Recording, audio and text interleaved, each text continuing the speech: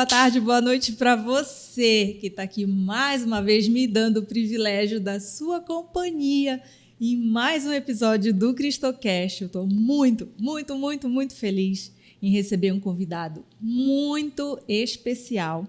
Eu ainda não vou apresentá-lo. Primeiro eu vou pedir para você curtir, para você se inscrever se você ainda não está inscrito no canal, se for a primeira vez que você está vindo aqui. Eu sou a Andréa Amazonas, anfitriã aqui do Cristocast, e eu quero te convidar, se inscreve, curte, compartilha, manda esse programa para as pessoas que você sabe que estão precisando da mensagem de Deus no coração delas. E agora que você já curtiu, já curtiu, posso começar? Estou contando com isso. Eu vou te apresentar o meu convidado especial, que é historiador, que é um cerimonialista sensacional e tem tantos outros atributos maravilhosos, mas, acima de tudo, que é um filho de Deus, que acredita muito em Deus e que é muito devoto também de Nossa Senhora. Um cristão fervoroso e que busca realmente viver segundo a palavra de Deus. Eu estou muito alegre em trazer para vocês a história do Marcelo Pinheiro, que começa dando um recadinho para aquela câmera ali. Aliás, é a primeira das funções, Lia. Uma satisfação enorme estar aqui no Cristocast, com todo o teu público, com toda a tua audiência, em pleno mês de outubro. Isso que é mais singular. E de tudo que você falou aí, a primeira das funções, a que mais me honra é exatamente essa. É ser um cristão, um declarado cristão. É a função que mais me honra. Isso que nos traz aqui hoje para falar com todo o teu público. Eu queria muito te agradecer pela presença, pelo teu tempo, que eu sei que é extremamente concorrido, especialmente agora, às vésperas da nossa festa maravilhosa. Muito obrigada por estar aqui mesmo, obrigada do fundo do meu coração. Agradeço eu. Estou muito feliz e eu já quero começar perguntando sobre a tua história. És de família cristã? Sou de uma família tradicionalíssima cristã, com todos os direitos e atributos que uma família tradicional cristã, declaradamente cristã, tem. Então, a minha origem é exatamente essa, cristã. Cristã, católica, apostólico romano, né? Filho de pais declaradamente como eu, muito voltados para a igreja. Então, toda a minha história, ela começa aí, ela se origina daí. Mas isso não é o suficiente, eu digo sempre isso. É importante a gente deixar muito claro que você pode pertencer a um núcleo cristão, a um grupo cristão, ter sua origem cristã, entretanto, não optar por isso. Exatamente. Então, o caminho te é proporcionado, né? Mas vai de cada um, a decisão, o livre-arbítrio de seguir é própria de cada um. E eu, com muita honra, segui isso tudo. E como funcionava na tua família essa vivência? Tu consegues hoje visualizar os valores cristãos?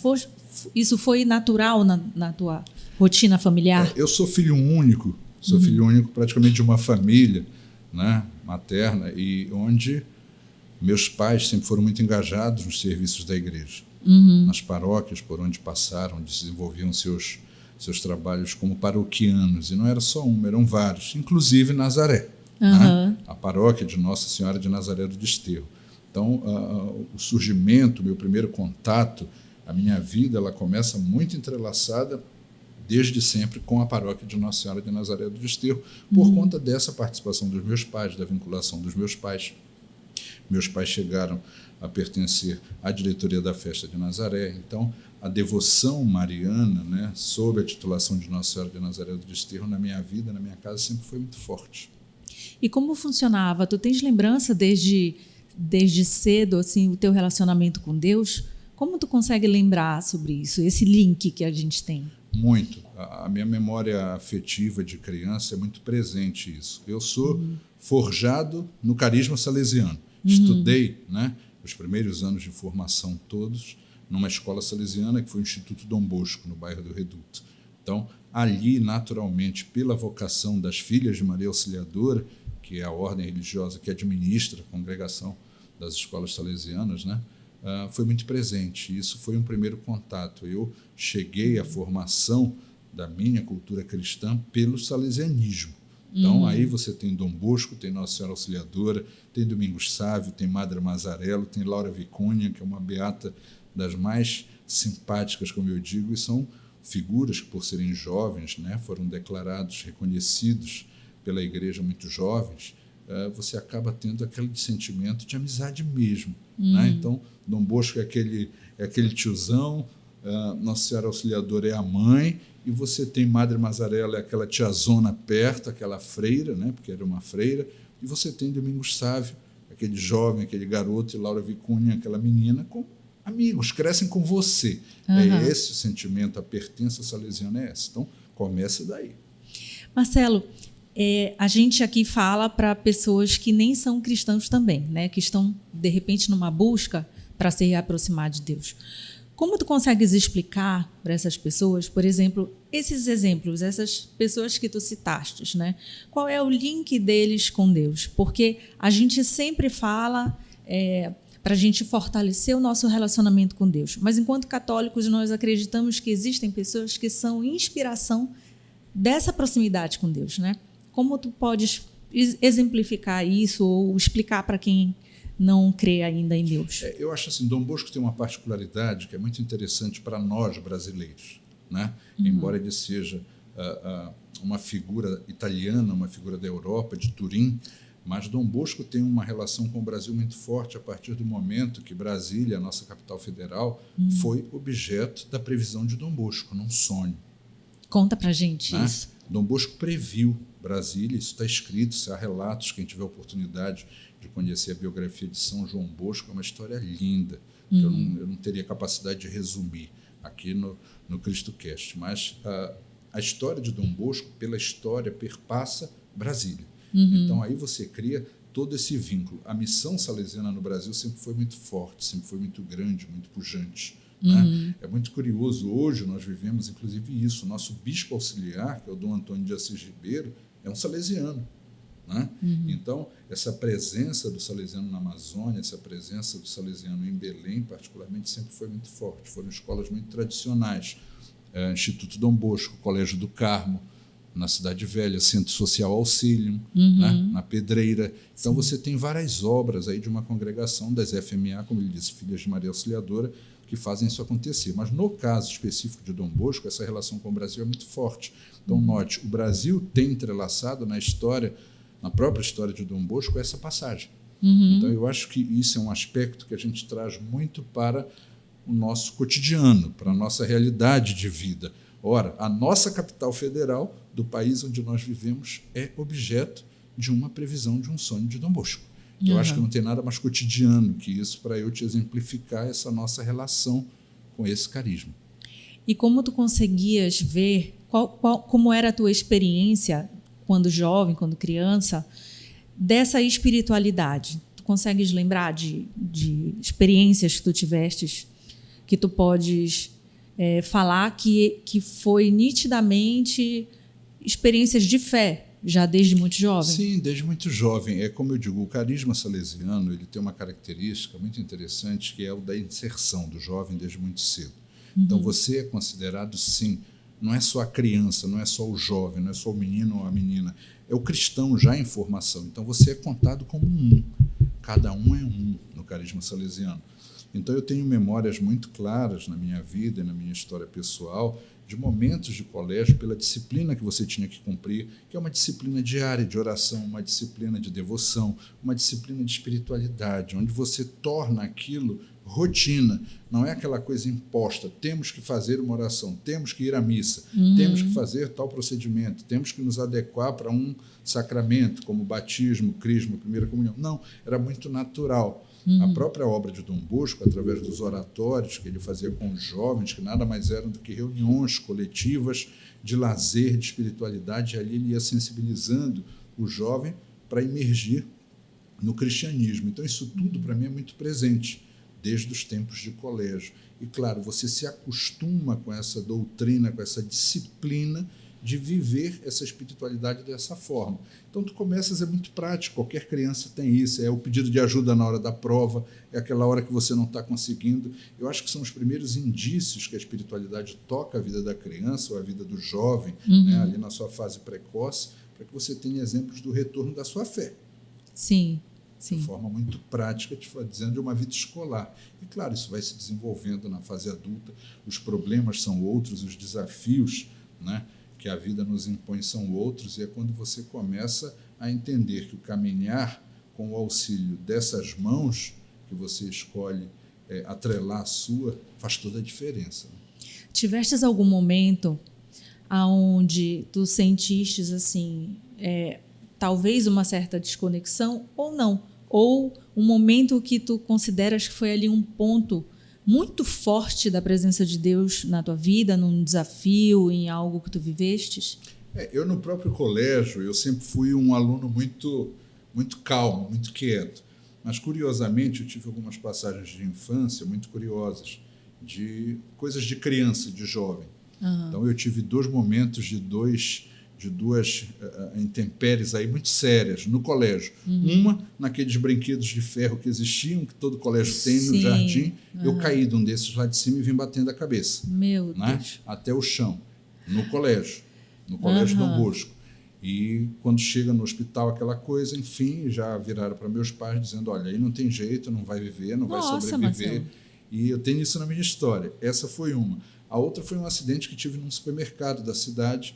Foi quando eu identifiquei a minha patologia visual, da oftalmologia, porque simplesmente eu cometi um atropelo no supermercado e vim quebrando uma vitrine, e essa vitrine veio quebrando as outras, e eu vim enrolando, empanando naquela coisa toda. Enfim, me cortei inteiro, de dedo ficar pendurado, aquela coisa toda. Então, são momentos muito sérios para uma criança calma, que fique bem claro. Eu ia perguntar, tenho certeza que tu eras calma. Mas é o momento de você viver, e era assim. É como eu digo, eu sempre fui aquela criança que saía para o aniversário e voltava todo arrumado, comportado, sem se sujar. Eu sempre fui essa criança, muito calma, né? Mas, assim, coisas que acontecem na tua vida. Então, são momentos que eu me lembro com muita nitidez desse meu atrelamento, desse meu engajamento, de dizer, meu Deus me ajuda, minha Nossa Senhora me ajuda, meu Dom Bosco me salva. Eu lembro isso de muito, muito, muito pequeno. E vejo isso muito nos meus filhos, inclusive, muito parecido. Eu ia perguntar isso exatamente agora. Tu tens agora 2 filhos. 4 filhos. São gêmeos e aí mais 2, não é isso? São 2, um de 25, um de 22 e os gêmeos de 6 anos. Isso. E são Miguel e Michel, e não são à toa. E eu quero justamente que tu contes a história deles. A história é assim, mais especificamente no caso dos 2, dos gêmeos, 15 anos depois, minha mulher engravida, não havia nenhum planejamento para isso, não houve nenhum tratamento, inclusive ela estava num momento delicado que toda mulher tem, naquele momento que você diz, estou com isso, estou com aquilo, na vida, né? Sim. Na vida corporal da mulher. E, para nossa surpresa, ela engravida. E engravida, vamos aos trâmites normais e lá descobrimos que teríamos gêmeos. 15 anos depois, né? O susto. E a gravidez gemelar é muito complexa, nós tivemos um processo de gestação muito delicado, e essa hora, para quem acompanha o CristoCast, é um testemunho que me permita concretizar aqui, que muito importante de fé, vencido, muito importante de fé. Por quê? Minha mulher engravida, tá? De gêmeos, no momento de uma gestação, como ele disse, muito delicada, 15 anos depois do filho anterior, né? E a gravidez gemelar ela é muito complexa, ao mesmo tempo em que meu pai descobre um câncer já em fase terminal. Puxa. Tá? E desse câncer, que já estava lá, enfim, não percebeu aquelas fatalidades, né? E descobre um câncer terminal, então a gente começa a viver um processo onde tu tinhas vida e morte caminhando junto. Sim. Tu, por vezes, estava diante de um quadro de vida e, por vezes, você estava diante de um quadro de morte, né?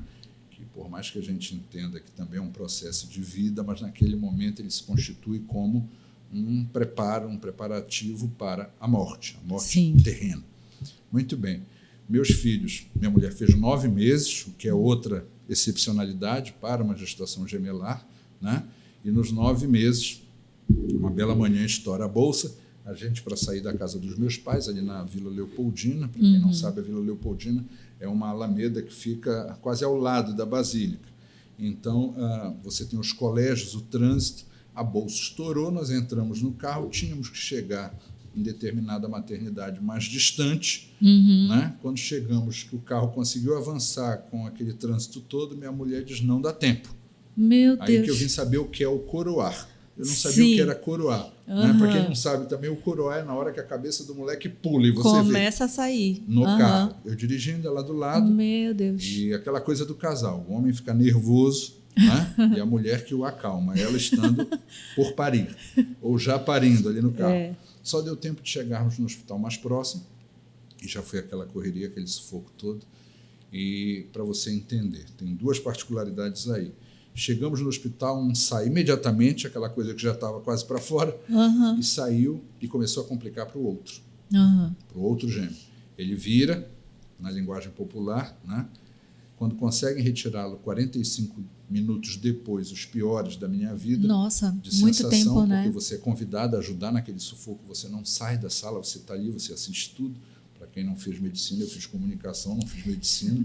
É muito complexo esse cenário. E numa situação dessa. E quando você vê a saída, você diz, puxa, vou respirar. Tirar a criança, o que é que você espera? O choro. Ele não chorou. Imediatamente começam a correr médicos de tudo quanto é lado e começam a colocar aparelhos nele, aquela coisa. Então, ali nós vimos que era um momento de muita apreensão.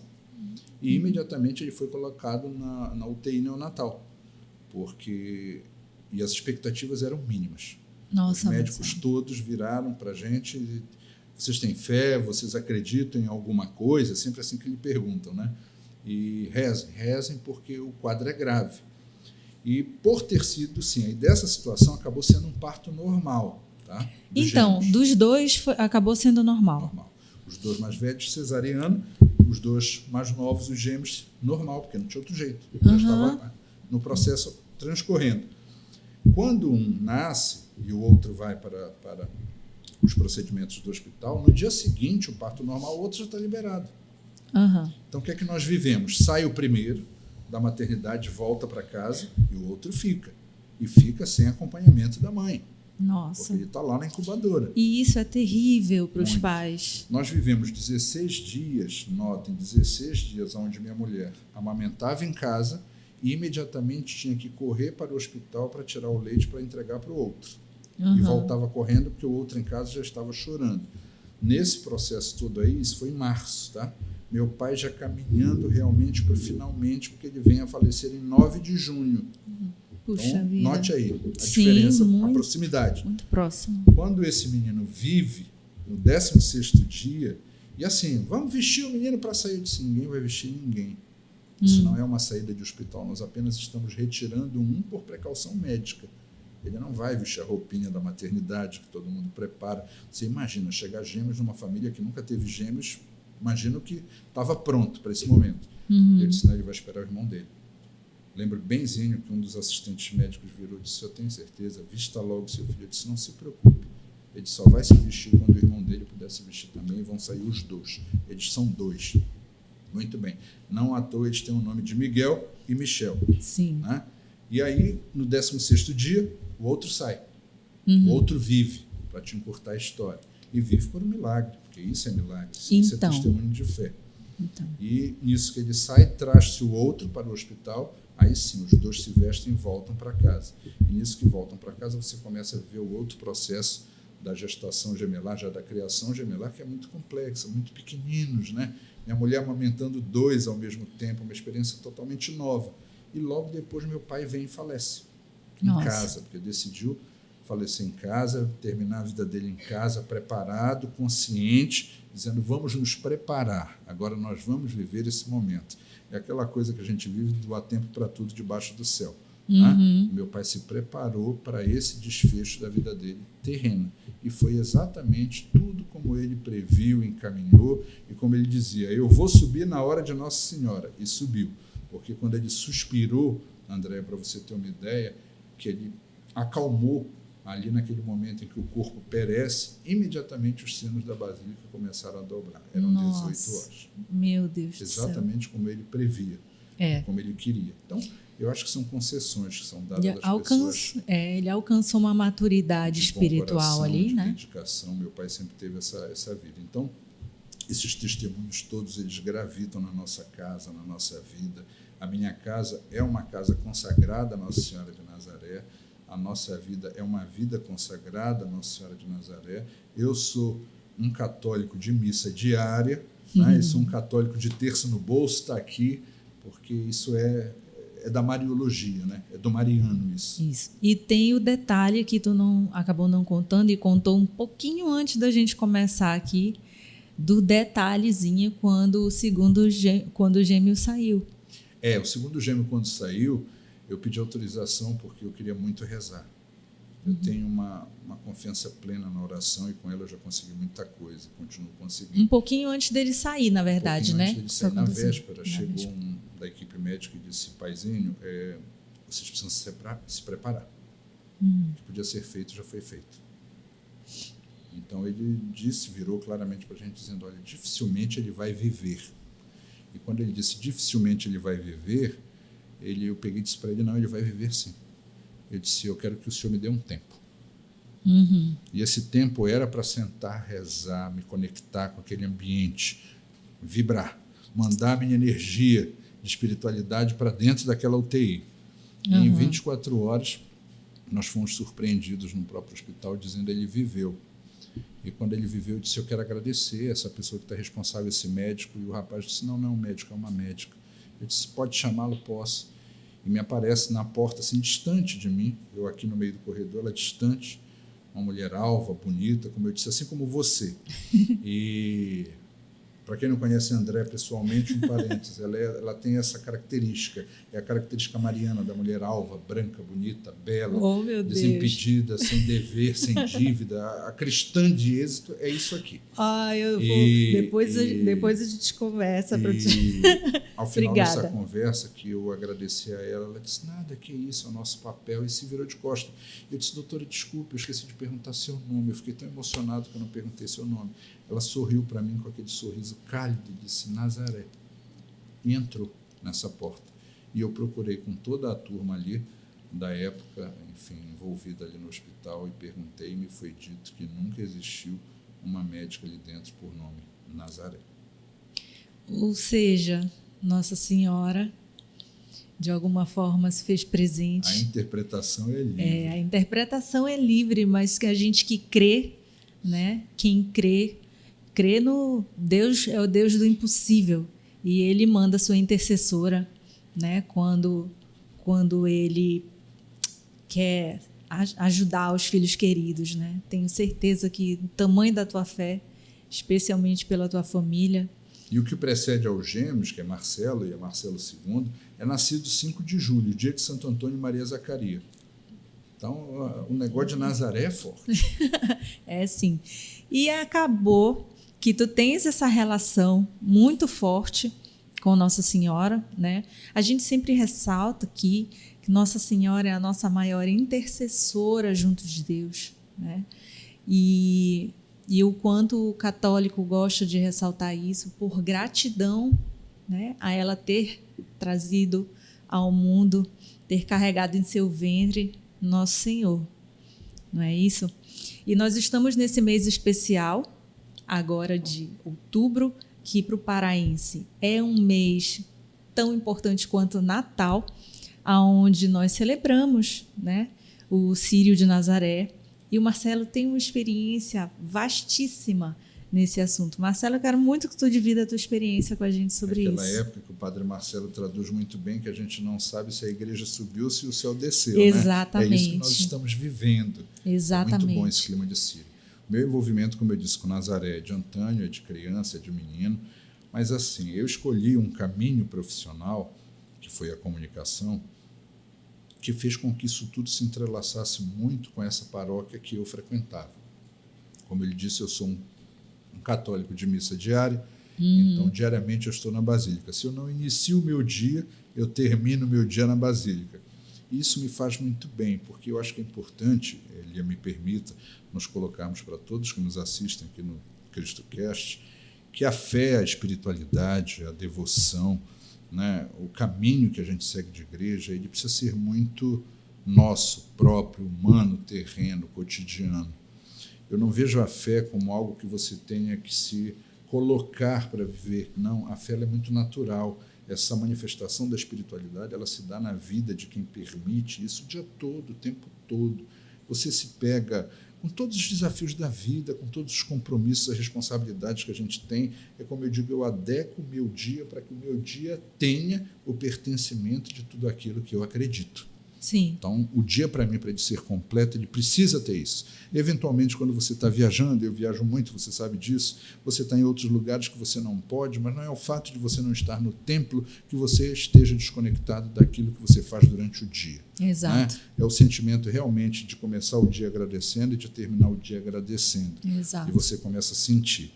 Isso tudo, com toda essa minha vida e com a profissão que eu escolhi, com a atividade que eu escolhi, isso para a paróquia, para a igreja, né, de Nazaré, e com o Círio, com toda essa manifestação, com todo o conjunto da manifestação que representa o Círio de Nazaré, eu acabei sendo envolvido.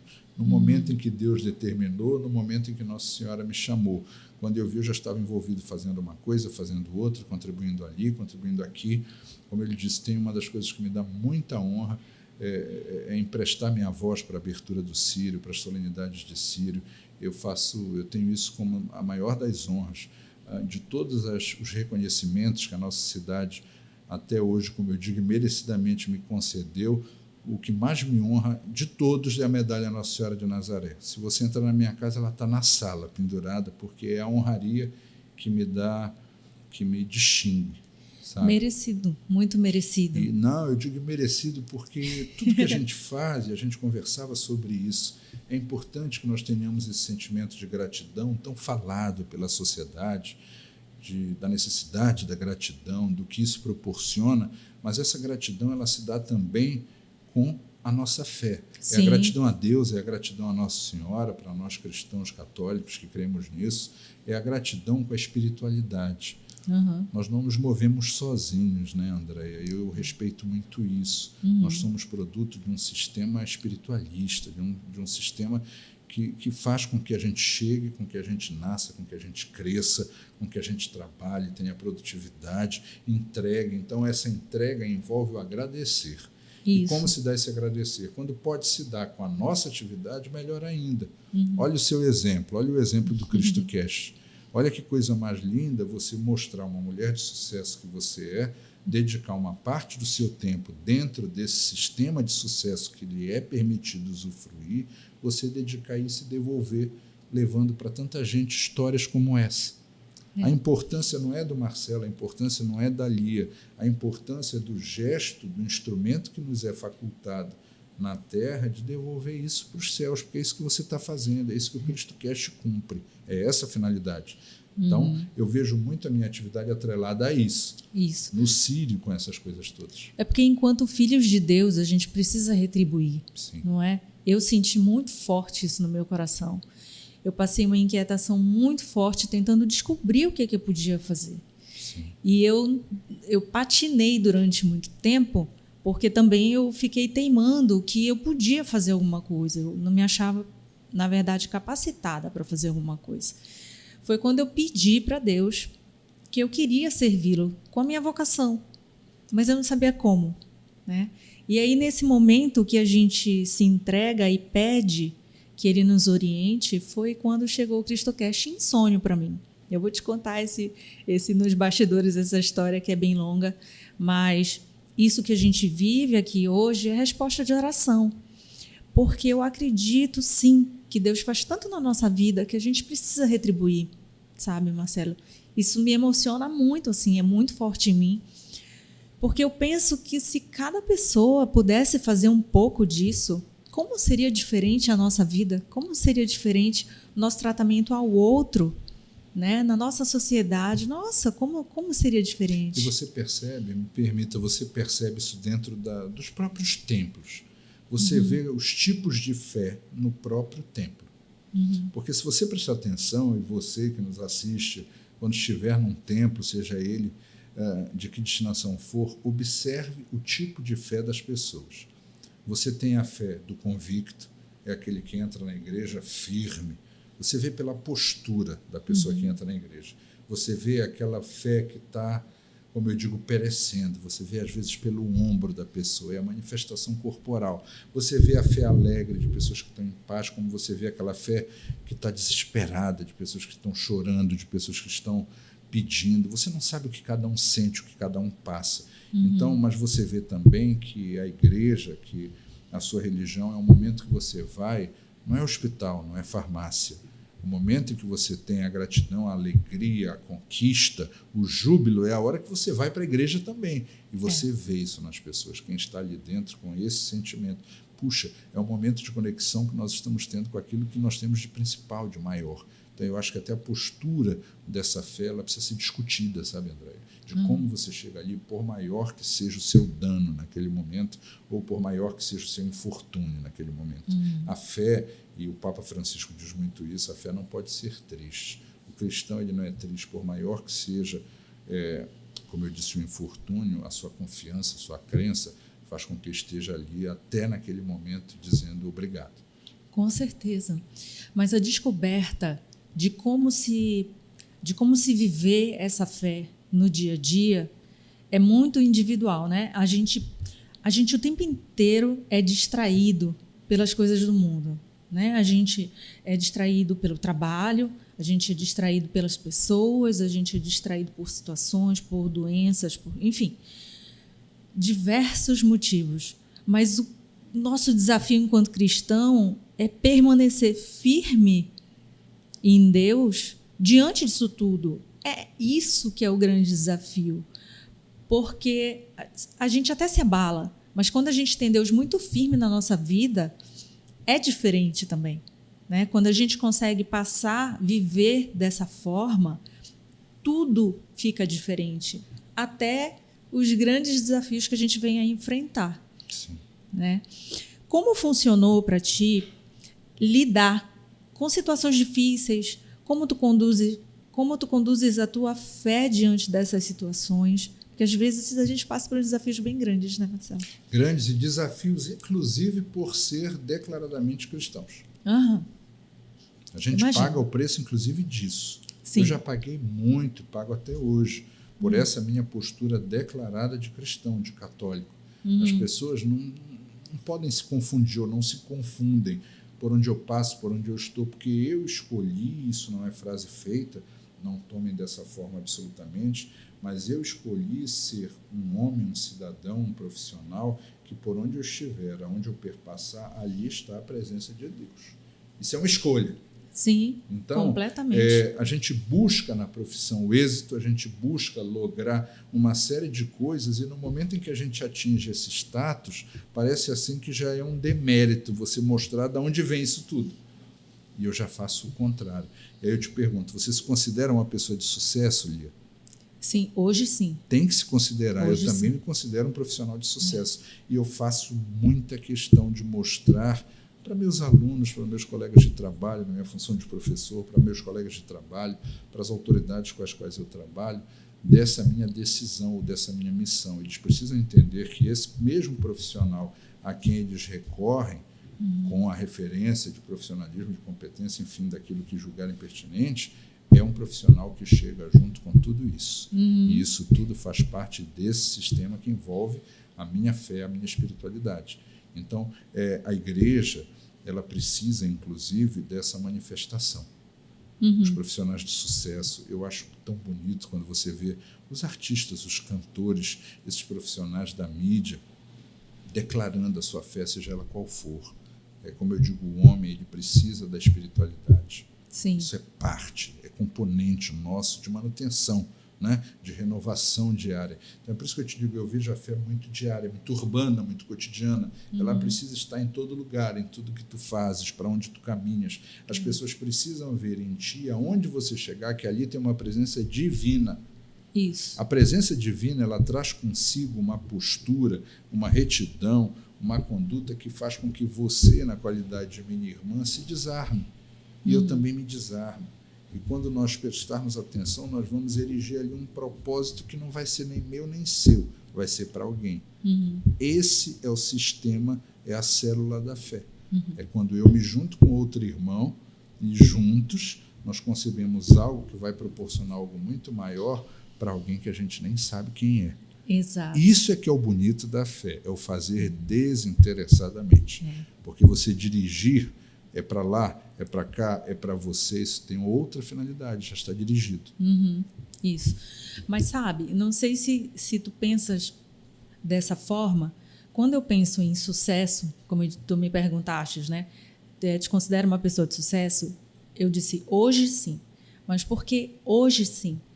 Porque antes eu tenho uma história profissional que me satisfaz, mas apenas quando eu consegui reconectar a minha história, a minha pessoa com Deus fortemente, reconectar de verdade, gente. Não é reconectar, eu estou rezando, estou indo de vez em quando na missa, não. Reconectar, viver isso verdadeiramente. Quando a gente busca viver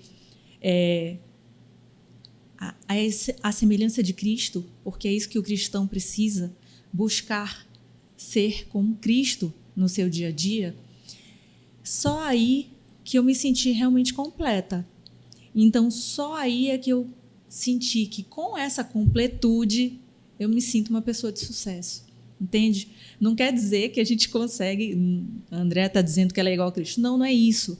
É que essa busca, uma busca objetiva, uma busca madura, racional, de no seu dia a dia, na sua profissão, nos seus relacionamentos, né, você ter a responsabilidade de saber que você é cristão e o que você carrega com isso, né? E daí você aplicar no seu trabalho, você aplicar no trato com as pessoas, na sua responsabilidade com as pessoas que te rodeiam, isso é ser cristão. E isso sim, quando você consegue visualizar na sua vida, aí sim eu acho que a gente tem sucesso. Para mim, o sucesso não está nas coisas que a gente busca. Essas coisas são realmente consequências e são passageiras. Mas o sucesso está no que a gente sente, né? Diante disso tudo que a gente vai vivendo, né? Quem sabe quando chegar na nossa hora, a gente consegue visualizar que viveu da forma que era correta de ter vivido, né? O cristão, ele tem essa consciência tranquila, ele tem essa postura de paz. É o viver em paz. Isso. É o que todo mundo busca, é o que todo mundo discute. O que é você viver em paz? É você ter essa vida tranquila, essa vida da certeza. A nossa condição humana, ela nos traz uma série de vulnerabilidades, mas a nossa escolha ou a nossa opção cristã, ela nos fortalece para saber que isso é parte de um processo. Que você vive, mas que você confia que você vai vencer de alguma forma. Isso não é nenhuma estratégia de inteligência emocional, nada disso. É apenas uma certeza diária. Eu estou vivendo, eu tenho que viver. Se eu estou passando, eu tenho que passar. E vou passar com dignidade, porque eu sei aonde eu vou chegar. É a tal vitória. Porque essa vitória, ela vai nos ser concedida da forma que tem que nos ser concedida. Por quê? Porque nós somos filhos de Deus. Eu acho que esse é o viver a paz de espírito. E é isso que eu busco no meu dia a dia, com a minha família, com minha esposa, com meus filhos. É isso que eu tento deixar para a minha família como o grande patrimônio, de dizer, é preciso viver uma vida de confiança. O crer, a crença, é a confiança. É sim. Marcelo, por que vale a pena crer? Por isso. A crença, ela te traz paz. A crença, ela te traz conforto. A crença, ela te traz segurança. A crença, ela te traz uma certeza que, por mais obscura que ela se constitua no teu dia a dia, tu não sabes como, tu só sabes que tu vais conseguir. E você atingir esse status é um exercício de autodisciplina muito grande. Sim. E aí você tem um arcabouço de coisas que homens que nos precederam nesse mundo tiveram oportunidade, desde os que tiveram contato com Jesus, desde os que viveram com ele. A humanidade, ela é marcada por ciclos, aí vai falar o historiador. A humanidade, ela é marcada por ciclos, então você tem aí uma série de documentos, de pesquisas, de iconografias, de materiais que são colhidos, descobertos embaixo da própria terra, que recontam essa história toda. Então, nós só somos sucessores de gerações que já tiveram essa oportunidade do contato vis-à-vis presencial, como nós estamos tendo aqui, e que deixaram esse legado tudo aí para quem quiser seguir. Está escrito, está dito, está aqui. Então, você segue se quiser, você não segue se não quiser. Os que seguem têm esse conforto, têm essa segurança, têm essa possibilidade de alcançar o que a gente muitas vezes nem sabe o que é. É aquela nossa coisa de dizer, ai meu Deus, me ajuda. Isso é muito do cristão, né? Ai meu Deus, minha Nossa Senhora. Isso é muito nosso do cristão. E a gente às vezes não sabe nem o que está pedindo, mas está pedindo. A gente tem que ter cuidado também para não ter aquela fé band-aid. Qual é a fé band-aid? Que é só quando está doendo.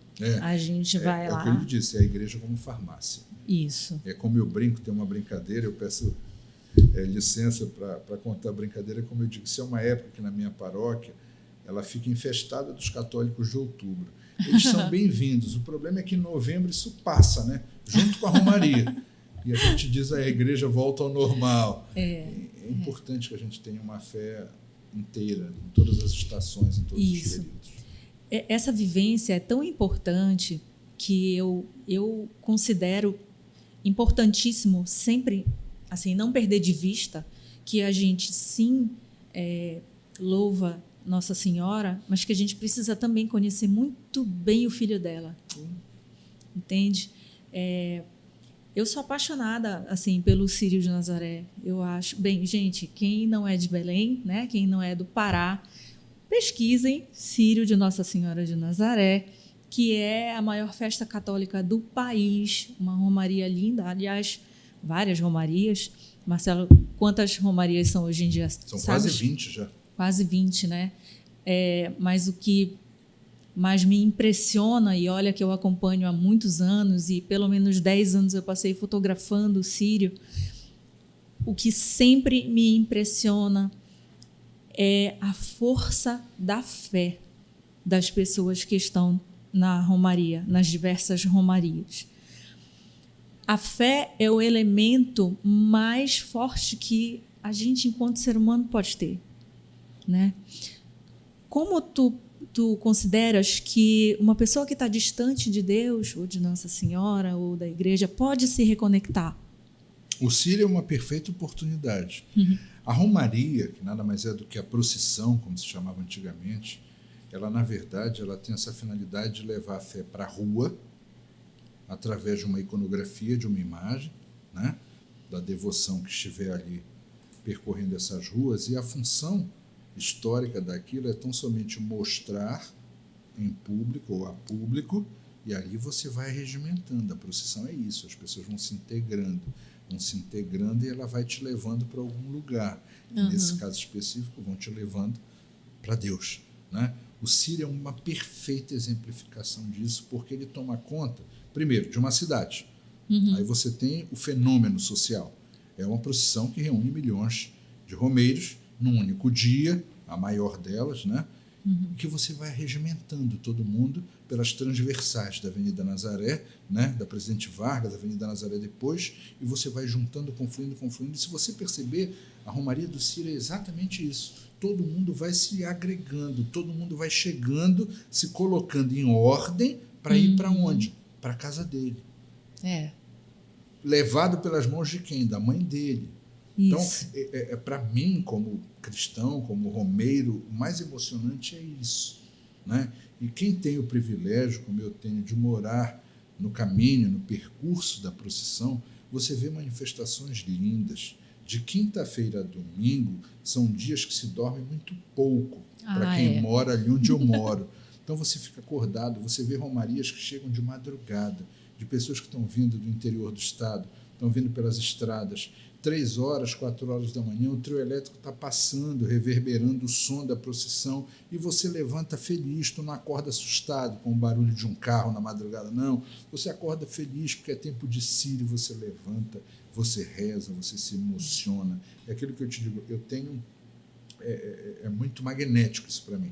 É uma energia muito diferente, né? Eu preciso disso, viver isso o tempo todo. Então, como eu digo, na minha casa, na minha vida, tem muito disso o tempo todo, porque a devoção mariana, né? A devoção em Nosso Senhor Jesus Cristo, ela é muito bonita, e eu vejo a devoção dessa forma. Como eu digo, eu trago para a minha realidade, não é aquela coisa que está lá no altar, não, está muito próximo. Meus santos em casa, Lia, e aí entra o historiador, eu tento colecionar arte sacra dentro daquilo que a gente pode, porque é uma coisa, às vezes, que se torna muito inviável. mas naquilo que eu posso, naquele acervo que eu tenho condições de manter e montar e ir ampliando, eu deixo os santos sempre muito próximos a mim. Se você vai à minha casa, eu tenho essa característica, eu gosto de deixar os santos perto. Então não é aquela coisa que você vai colocar somente numa estante, você vai colocar lá em cima, é aquela coisa da Bíblia bonita, dourada, que você tem na sua casa e não lê. E não lê, né? isso. Então eu gosto de ter os santos muito perto, porque eu acho que eles são parte da nossa convivência. Você, quando está em reunião, num aniversário, num momento de convivência com a sua família, é importante que eles estejam ali no meio. Isso me agrada muito. Eu fui criada assim também, na casa da minha mãe. Tem um monte, viu? Eu brinco que é a galera dela, assim, tem muito mesmo. E para a gente era muito natural ter eles sempre ali nos inspirando, conhecendo a história de cada um, né? Que é muito importante. Os santos são pessoas que buscaram viver, né, a exemplo de Cristo. Então, às vezes, sacrificaram sua própria vida, né, por Cristo. E a gente se inspira na história deles, né? E eu tento passar isso também para minha filha, né? Ela gosta de brincar com os santinhos da minha mãe. Mas o tempo inteiro desde criança a gente pensa, né? Desde criança, mostrar que ali, assim como aquelas pessoas tiveram uma inspiração de viver segundo Cristo, a gente também pode fazer isso. É o que nós estamos fazendo no tempo de hoje, na história do tempo presente. Isso. Nós somos elementos da história do hoje, do tempo presente, vivendo isso que nós escolhemos viver. Isso é muito singular, isso é muito diferente. É por isso que eu te digo, é uma fé que emociona, é uma fé que te dá alegria, que te dá prazer. Eu tenho muito prazer com a minha fé. Isso me faz bem. Eu também. Isso que me torna um homem forte, um homem decidido, um homem convicto das minhas coisas. Tenho certezas? Tenho minhas vulnerabilidades, os momentos de instabilidade emocional? Tenho. Mas tenho principalmente, como eu te disse, essa certeza. Eu acho que o grande testemunho que eu posso deixar para você e para vocês do CristoCast é isso. A opção vale a pena. A opção da fé, a opção da crença, a opção da devoção, da vocação espiritualizada, porque você sente essa diferença. É como se você estivesse realmente sendo carregado, ajudado dentro de um nicho ali que a maioria das pessoas não estão. É verdade. E está tão perto. Eu vejo amigos, eu vejo pessoas familiares, às vezes, que você visita e você vê a fé muito, como eu digo, guardada nos armários, guardada nas cristaleiras, guardadas nos móveis de quarto. A fé ela precisa estar perto. Eu tenho uma característica na minha casa, e assim eu vou fazendo com os meus filhos, porque meu pai e minha mãe faziam comigo muito isso, minha mãe faz até hoje, está com 84 anos. É assim, conforme a chegada de determinada temporada da liturgia que nós tenhamos essa respectiva imagem em casa, tudo é remexido. Essa imagem vem para o centro, é ela que é o foco. Então você fica, aquilo, como eu te digo, aquilo faz parte do ciclo de vivência do lar. Sim. E isso é muito legal. Com certeza. Marcelo, para a gente, infelizmente, começar a encerrar, eu quero fazer uma provocação. Faça. Mas é uma provocação do bem, tá? Que eu sempre faço aqui. Deus existe e eu posso provar. O que tu me respondes? Sim, Deus existe, eu posso provar. Está aqui o testemunho. Que testemunho de uma história que fica para um outro capítulo, para uma outra edição do CristoCast, que eu posso te relatar. Dar o meu testemunho, Marcelo, pessoa, dizendo eu sou uma prova desse testemunho. Mas agora tu vai me deixar curiosa, deixar todo mundo curioso? Deixar todo mundo curioso. Porque eu acho que nós temos todos os desafios. Eu lhe relatei apenas 2 na minha infância. Eu acho que a gente vive, isso não pode se perder de vista, a gente vive, a nossa existência, ela existe porque Deus quer. Sim, com certeza. Quem não pensar dessa forma, eu não sei nem o que eu digo. Mas, assim, eu considero a minha vida, a minha história, o meu caminho, um testemunho de que Deus existe. E eu acho que as pessoas precisam buscar isso.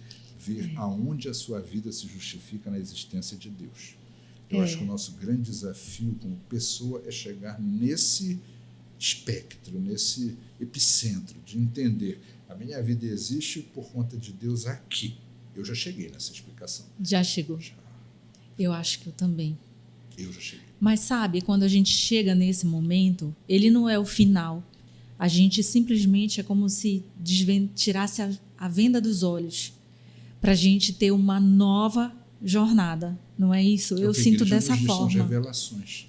É. As revelações, elas vão se concretizando para a gente. Uhum. Então, é isso que eu digo, as incertezas, elas passam a não ser incertezas, elas são revelações. As incertezas ficaram para trás. Exatamente. Ai, Marcelo, eu não tenho como agradecer esse papo maravilhoso.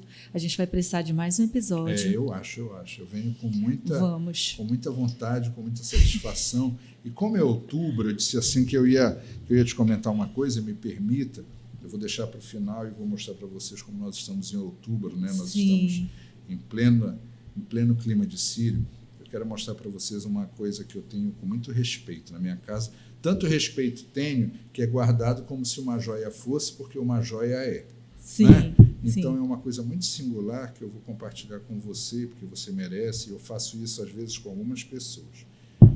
Isso aqui é a luva que tocou a imagem de Nossa Senhora de Nazaré, que fica lá no altar Glória da Basílica, né? Que me foi dada ou enviada por ela no Sírio de 2021, e eu sempre tenho que agradecer isso a um casal de irmãs, que é o Albano e a Ana Paula Martins, então coordenadores da Festa de Nazaré, o casal coordenador. E quando terminou o Sírio, no dia da subida dela, procurem saber, a imagem original, que pertence a essa que comanda essa devoção toda na Amazônia, ela tem uma cerimônia de descida, como tem uma cerimônia de subida ao final da quadra nazarena de 15 dias. E os homens que pertencem à diretoria sobem numa escada, porque o altar fica lá em cima, e eles todos colocam esse tipo de luva. Sim. Né? Uhum. E em 2021, no Sírio pandêmico, ou no Sírio da pandemia, por conta de um envolvimento que tive muito grande com eles todos, numa contribuição, tão logo ele tocou a imagem e retirou-a dali, tocou-a, ele imediatamente, contando ele, sentiu a necessidade. Ele desceu do altar, me olhou lá onde eu estava, no meio da multidão, no meio do povo, que é o meu lugar, é o lugar que eu gosto de estar, e veio de lá, tirou as luvas das mãos e me entregou. Então, eu estou mostrando porque outubro, essa peça ela tem uma super importância para a minha casa, ela nunca vai ser lavada, porque eu acho que ela está com a energia da imagem original. E eu algumas vezes tenho feito isso e vou fazer isso com aqui os espectadores do CristoCast, através da sua mão. Você vai ser portadora disso. Eu vou colocar sua mão aqui, como eu já fiz raríssimas vezes, e pelas suas mãos, que você que está nos assistindo, que tenha qualquer necessidade para tocar na mão dela, usa a mão da Lia, mentaliza isso, te concentra e te consagra para que pelas mãos da Lia essa bênção chegue aí para você, onde você estiver, na necessidade que você estiver. Essa caixa ali só é aberta em casos extremíssimos. Como nós estamos aqui no momento de difusão dessa devoção, dessa fé, eu faço questão que você toque essa luva, vou colocar sobre a sua mão, você vai pedir o que você quiser, e ao pedir para você, você está pedindo para todo o seu público que lhe segue, porque é muito nobre essa sua... Põe a sua mão aqui embaixo. Embaixo. Muito isso, emocionada. é assim. Marcelo. Para você sentir essa energia que isso tem. Isso é uma energia muito forte, que Nossa Senhora de Nazaré do Desterro, que é uma santa que é proclamada rainha da Amazônia, patrona do estado do Pará por lei, né? Que ela tenha a capacidade, que você tenha a capacidade de alcançar as graças que estão colocadas nessa simbologia. É de um caboclo da Amazônia, do nativo da Amazônia, de nome Plácido, mas que poderia ser Marcelo, poderia ser Antônio, poderia ser João, poderia ser Lia, poderia ser Andréia, porque Andréia Lia, poderia ser qualquer nome. Plácido achou. É importante que todos nós a achemos também, do nosso modo, no tempo de hoje. Já não existe a mata, já não existe o igarapé, mas ela precisa ser achada por você, pelas suas mãos, levada para sua casa como Plácido levou. Então, que essa luva, pelas mãos da Lia e por todo o trabalho que ela tem, que seja abençoado, que seja consagrado, que aumente, que amplie, que chegue a muito mais pessoas e que chegue a você de alguma forma essa bênção. E depois que essa bênção chegar para você, manda para cá para a gente, para a Andréia, porque vocês vão ver a quantidade de graças que a Lia vai relatar aqui de pessoas que assistiram este episódio e e que nesse momento se conectaram e que atingiram uma graça pelas mãos da Lia. Não é a minha mão, não, é pelas mãos da Lia, pelo produto que ela oferece a você. É o que eu podia fazer de mais importante para você, para desejar um feliz Sírio, que Nossa Senhora de Nazaré te proteja a tua equipe. Quando passar em Nazaré, dá um tchauzinho para a gente, que a gente vai te dar um tchauzinho também. E vivam essa graça, mesmo não estando em Belém, vivam essa graça que nós temos o privilégio de viver. Que Deus te abençoe. Gente, eu estou sem palavras. Eu não imaginava, jamais. Sem palavras para conseguir expressar a energia que tem aqui. Energia que carrega tanta fé.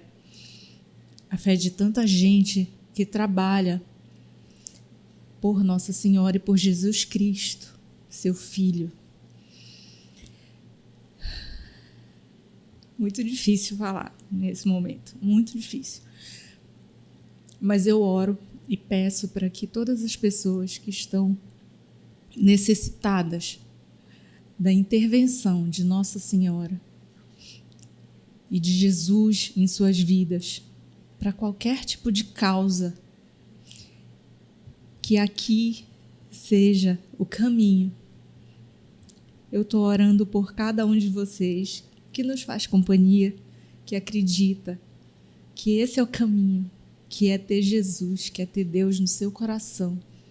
E Nossa Senhora, como sua interventora, nos lembra disso, que é Deus, que é o nosso caminho para tudo na nossa vida, é a nossa salvação.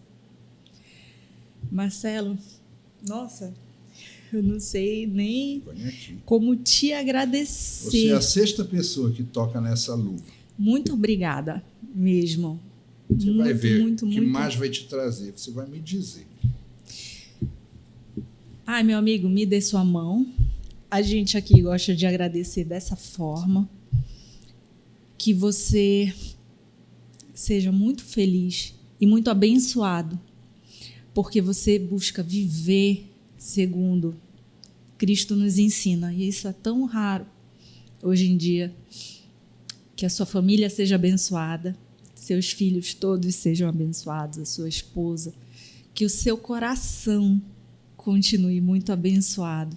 Muito obrigada mesmo pela tua presença aqui, por compartilhar conosco teu testemunho e a tua história, especialmente de servidão, né? De servidão a Deus e a Nossa Senhora. Obrigada, do fundo do meu coração. Tenha sido útil para todos. Com certeza foi. Com certeza foi. Muito obrigada. Obrigado eu. Gente, eu estou com dificuldade de terminar esse episódio. Mas eu sei que uma mensagem muito forte chegou para o teu coração. Eu quero muito que você feche seus olhos e que você sinta a energia de Deus aqui presente, que ela vai chegar para você. Então, eu peço para que você se esforce, deixe ele entrar. A única coisa que você precisa dizer é: Pai, eis-me aqui, me alcança e transforma a minha vida. Eu tenho certeza que Deus vai te alcançar com as bênçãos de Nossa Senhora, sua interventora. A fé pode tudo, não há impossível para Deus. Então, muito obrigada pela sua companhia. Nós estamos num mês muito especial. Eu espero que você tenha ficado feliz com esse testemunho. Obrigada, Marcelo, mais uma vez pela presença. E você sabe já que eu e você nos vemos no próximo CristoCast.